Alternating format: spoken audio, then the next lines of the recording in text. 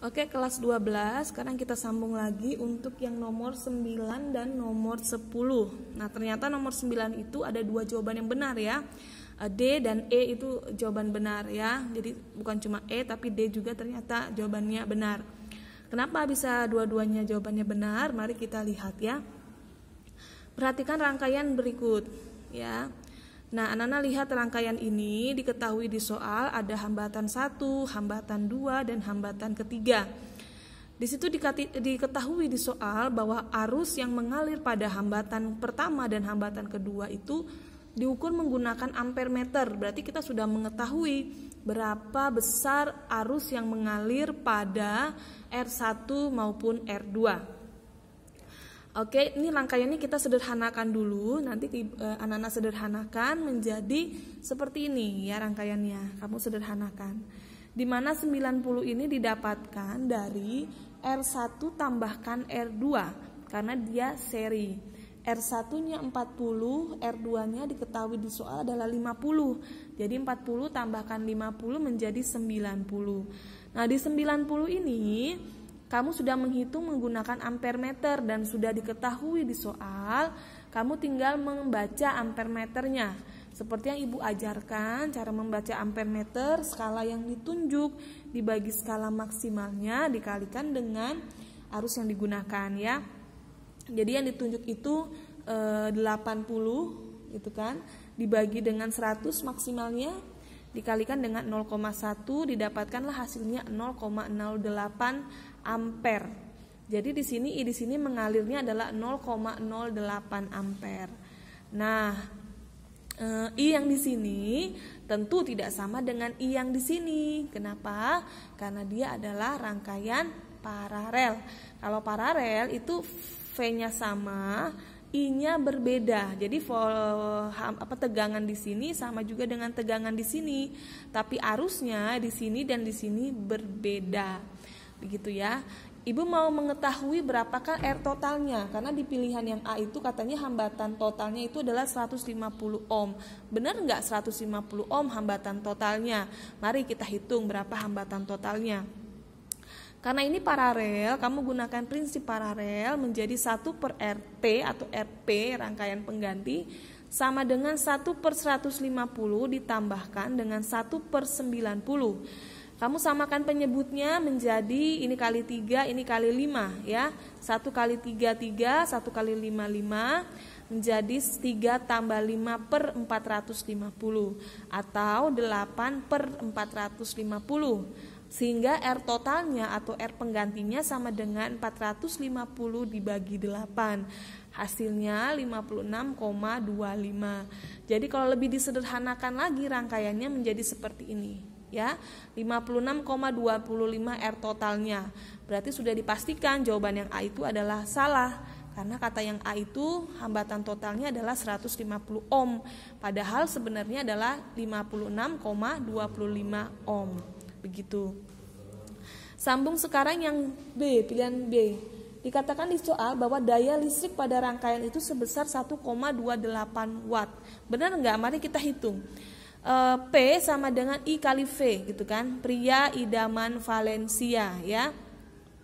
Sama dengan I-nya jangan gunakan 0,08. Kenapa, Bu? Karena 0,08 itu hanya di sini. Yang di sini belum diketahui berapakah I-nya. Yuk cari dulu ya kan. Mencari ini kamu juga harus tahu V totalnya berapa. Begitu ya. V di sini sama juga dengan V yang di sini. Di sini hambatan totalnya sudah ada, kemudian arusnya sudah ada. Kamu cari V-nya tinggal kamu kalikan ya. I kalikan R hukum Ohm ya. I-nya 0,08, kamu kalikan dengan R totalnya 90, R total yang di sini ya. Nanti dapatlah hasilnya 0,08 kali 90 itu adalah 7,2. Ya, 7,2. Kamu mencari I-nya. Berapakah I yang di sini? Gitu kan? Maka kamu mencari I di sini sama dengan V/R. Gitu ya.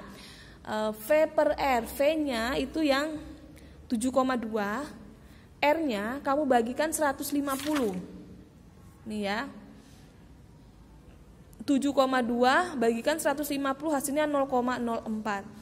0,04 ini kamu tambahkan dengan 0,08 menjadi I totalnya 0,128. Jadi I yang di sini 0, tadi berapa? 0,048 ya. Ditambahkan yang di sini 0,08, nanti hasilnya menjadi 0,128. Oke, kamu tinggal cari P-nya sama dengan I kali V, 0,128 kalikan 7,2 sama dengan 0,92 watt. Jadi kita tangkis ya jawaban yang B di soal. Katanya di soal 1,28, ternyata sebenarnya 0,92 watt. Berarti jawaban yang B juga salah. Kamu cari yang C, di C diberitahu bahwa arus yang mengalir di R1 itu sebesar 0,16. Jadi kata yang di C ini arus yang mengalir di R1 itu 0,16. Di sini 0,16. Kamu tangkis juga jawabannya ternyata salah. Kenapa? Karena R1 ini arus yang mengalir berapa? Adalah 0,08. Karena ini seri, maka I di sini sama juga dengan I yang di sini. I di R1 sama juga dengan I di R2. Jadi ini 0,08, ini juga 0,08. Jangan ditambahkan ya, karena dia seri. Berarti kamu tangkis yang C ini jawabannya salah.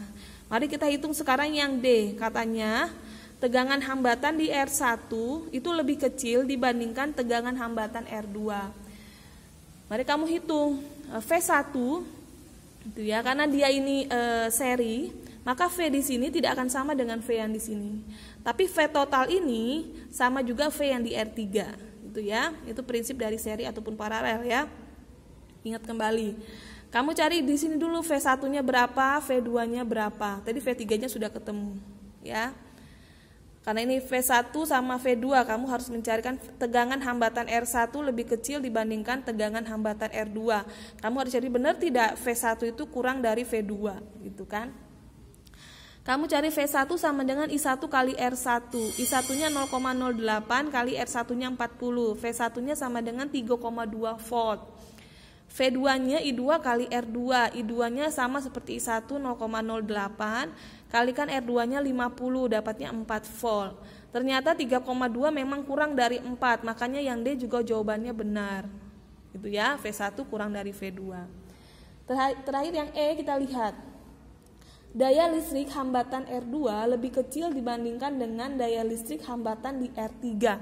Kamu cari berarti P2 ya, daya listrik hambatan R2 berarti P2 dan P3. P2 ya kan, pria idaman Valencia. P sama dengan V2 kali I2. V2-nya di sini dia sudah diketahui 4, kalikan dengan I2-nya adalah 0,08 menjadi 0,32. Ini yang P2. P3-nya, V3-nya tadi 7,2 kalikan dengan I3-nya. I3-nya tadi di sini ya 0,048. Hasilnya menjadi 0,346. Ternyata benar bahwa 0,32 kurang dari 0,346 gitu ya. Berarti yang E juga benar, artinya P2 lebih kecil daripada P3.